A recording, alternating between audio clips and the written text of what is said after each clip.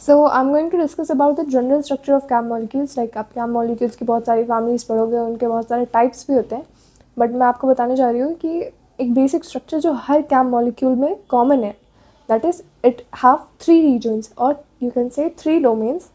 First one is extracellular domain, second is transmembrane domain, and the third one is intracellular or cytoplasmic domain. इसका diagram बना रही हूँ तो आपको अपने आप पता चल जाएगा कि इनका नाम ऐसे क्यों है. This is membrane, plasma membrane. This is extracellular domain. This is transmembrane domain. And this is intracellular domain. Extracellular cell के बाहर है, extracellular मैट्रिक्स में है तो extracellular domain हो गया. Transmembrane domain membrane के बीच में है, ठीक है, क्रॉस membrane को पेनिट्रेट कर रहा है. Then the third is intracellular और साइटोप्लाज्मिक, क्योंकि ये साइटोप्लाज्म है. तो अब देखो ये जो कैम मॉलिक्यूल होता है वो कनेक्ट करता है साइटोस्केलेटन को. ये कैम मॉलिक्यूल कनेक्टेड होता है साइटोस्केलेटन से.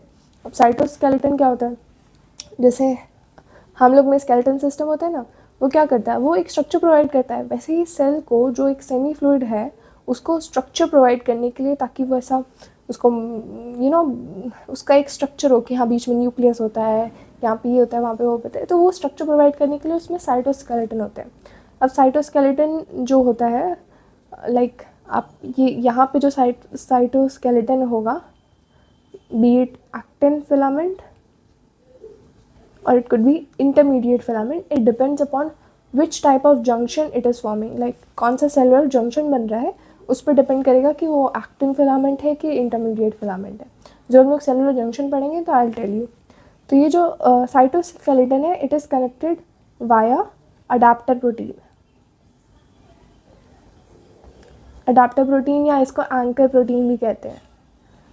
तो समझ में आ रहा है इसमें क्या होता है कि एक एक्स्ट्रासेलुलर डोमेन होता है, ट्रांसमेम्ब्रेन डोमेन होता है, इंट्रासेलुलर डोमेन होता है, और ये जो पूरा कैम मॉलिक्यूल है that is connected to the cytoskeleton of the cell via adaptor protein और you can say anchor protein. ये बेसिक सा स्ट्रक्चर है जो हर कैम मॉलिक्यूल में आप देखोगे. अब इसका एक्स्ट्रासेलुलर डोमेन कैसा होगा, कुछ में डिफरेंट होगा, कुछ फैमिलीज में डिफरेंट होगा, या इसका लाइक साइटोस्केलेटन क्या होगा, इंटरमीडिएट प्रोटीन फिलामेंट होगा या एक्टिन फिलामेंट होगा, ये सब चीज़ें आप देखोगे कि अडाप्टर प्रोटीन भी टाइप्स के होते हैं. तो this is how we can differentiate कि इनकी कौन सा जंक्शन बन रहा है या कौन सा कैम मॉलिक्यूल यूज़ हो रहा है. इस पर ही डिपेंड करता है कि कौन सा सेलुलर जंक्शन हो रहा है. जब मैं सेलुलर जंक्शन पढ़ाऊँगी तो I address it one more time. तो this is what the general structure of CAM molecules is.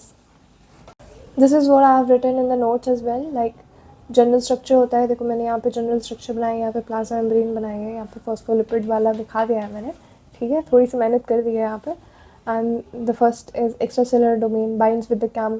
हाँ, ये तो मैंने बताया नहीं कि ये जो एक्स्ट्रासेलुलर डोमेन होता है यही आपके कैम मॉलिक्यूल से बाइंड करता है, लाइक दूसरे सेल के कैम मॉलिक्यूल से. And it also binds with the ECM, that is extracellular matrix.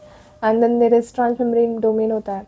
फिर इंट्रासेलुलर डोमेन होता है जो बाइंड करता है किससे, see the attachment of cytoskeleton via adaptive और एंकर प्रोटीन. देखो यहाँ पे ये अडेप्टिव प्रोटीन है और ये एक्टिन फिलामेंट या इंटरमीडिएट फिलामेंट वाला कोई भी हो सकता है साइटोस्केलेटन में, ये दोनों में से कोई भी हो सकता है, डिपेंड करता है which junction it is forming. This is the basic structure. Moving forward we are going to talk about types of binding that happens between the cell. तो इसको भी साइड करते हैं कि कितने टाइप की क्या होती है. यहाँ पे इस स्लाइड में देखो मैं यहाँ पे 2 सेल बना रही हूँ. Like this is cell A and this is cell B, ठीक है. अभी तक हम लोग ने इतना डिस्कस कर लिया है कि आई गेस आपको पता होगा कि इनकी जो बाइंडिंग होगी वो किसके थ्रू होगी, cell adhesion molecule, like they are CAM molecules के थ्रू होगी. तो लेट्स सपोज इसका जो कैम मॉलिक्यूल है सेल A का वो X है, ठीक है, एंड जो B का कैम मॉलिक्यूल है वो भी X है. सेम टाइप के मॉलिक्यूल्स हैं. मैंने आपको बताया ना कि कैम मॉलिक्यूल्स बहुत टाइप के होते हैं, उनकी कई फैमिलीज होती हैं, उनमें भी बहुत सारे टाइप्स होते हैं. तो बहुत टाइप के कैम मॉलिक्यूल हैं. तो यहाँ पे आप देख रहे हो कि सेम कैम मॉलिक्यूल्स अगर बाइंडिंग हुई है then that is called homophilic binding. Homophilic binding. ऐसे ही हेट्रोफिलिक हो जाएगा। लाइक ये 2 सेल्स बना दिए मैंने, ये सेल्स थोड़े से कमज़ोर हैं, ए एंड बी, ठीक है। इसमें देखो ए सेल के पास कौन सा क्या मॉलिक्यूल है, एक्स है, वेरएस बी के पास कौन सा है, वाई है। अब देखो ये क्या हो गया, ये हो गई हेट्रोफिलिक बाइंडिंग।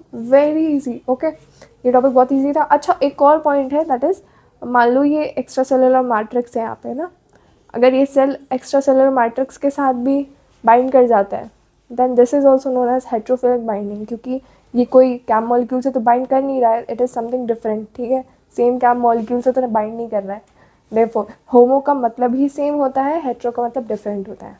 तो आई गेस सबको बहुत छोटा सा टॉपिक ईजिली समझ में आ गया होगा, क्योंकि हम लोग इसको पढ़ेंगे कि there is homo type, like homophilic type of binding and there is heterophilic type of binding, तो आई गेस तब आपको समझ में आ जाएगा, ठीक है।